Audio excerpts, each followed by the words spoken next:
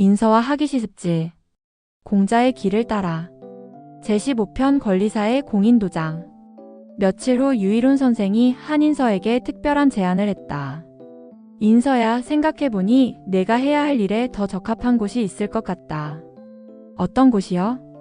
논산의 노성에 있는 권리사 알지? 그곳에는 공자 사당이 있어. 공자를 모신 사당 옆에서 공자의 가르침을 펼친다면 더욱 의미가 있을 것 같은데.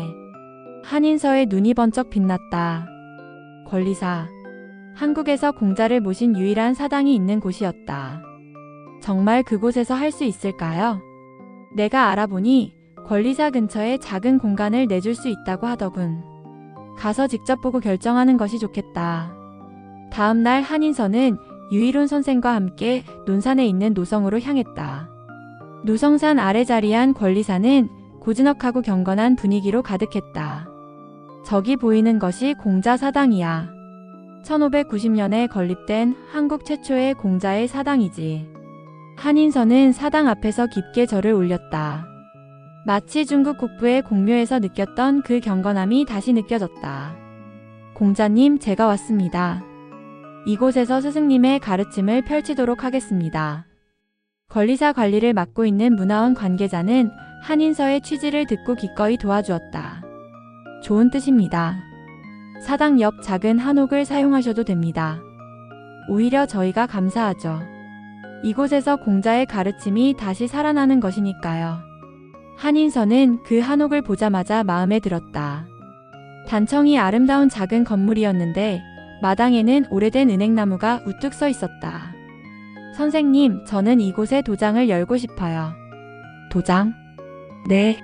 사람들의 마음을 치유하고 올바른 도를 가르치는 곳 말이에요.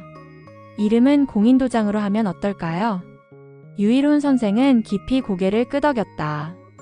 공자의 공과 인을 합친 이름이군. 정말 좋다. 한 달 후 공인도장이 문을 열었다. 한인서는 도장 입구에 직접 쓴 현판을 걸었다. 공인도장 -인자애인. 첫날부터 몇 명의 사람들이 찾아왔다. 소문을 들은 마을 사람들과 공자의 가르침에 관심이 있던 사람들이었다. 안녕하세요. 저는 한인서입니다. 이곳은 마음이 아프거나 삶의 방향을 찾고 싶은 분들이 편안하게 와서 이야기할 수 있는 공간입니다. 첫 번째 방문자는 50대 중반의 아주머니였다. 남편과의 갈등으로 고민이 많다고 했다. 선생님, 저희 남편이 요즘 너무 무뚝뚝해서 대화가 안 돼요. 어떻게 하면 좋을까요? 한인서는 공자의 가르침을 떠올렸다. 공자께서는 서에 대해 말씀하셨어요. 자신을 미루어 상대방을 헤아리는 마음이죠. 남편분도 나름의 어려움이 있을 거예요. 먼저 그분의 마음을 이해해 보시는 것은 어떨까요? 그런데 어떻게 이해하죠? 기소불용 물시어인. 자신이 원하지 않는 것을 남에게 강요하지 말라는 말씀이 있어요. 아주머니께서도 무뚝뚝하게 대하기 싫으시죠? 남편분도 마찬가지일 거예요. 아주머니는 고개를 끄덕이며 눈물을 글썽였다. 그렇네요. 제가 너무 남편만 탓했네요. 두 번째 방문자는 대학생이었다. 진로 때문에 고민이 많다고 했다. 선생님, 저는 뭘 해야 할지 모르겠어요. 부모님은 안정적인 직장을 원하시는데 저는 예술을 하고 싶거든요. 한인서는 잠시 생각한 후 답했다. 공자께서는 학이우즉사라고 하셨어요. 배워서 뛰어나면 세상을 위해 쓰라는 뜻이죠. 중요한 것은 무엇을 하든 그것을 통해 세상에 도움이 되는 사람이 되는 것이에요. 그렇다면 예술도 물론이죠.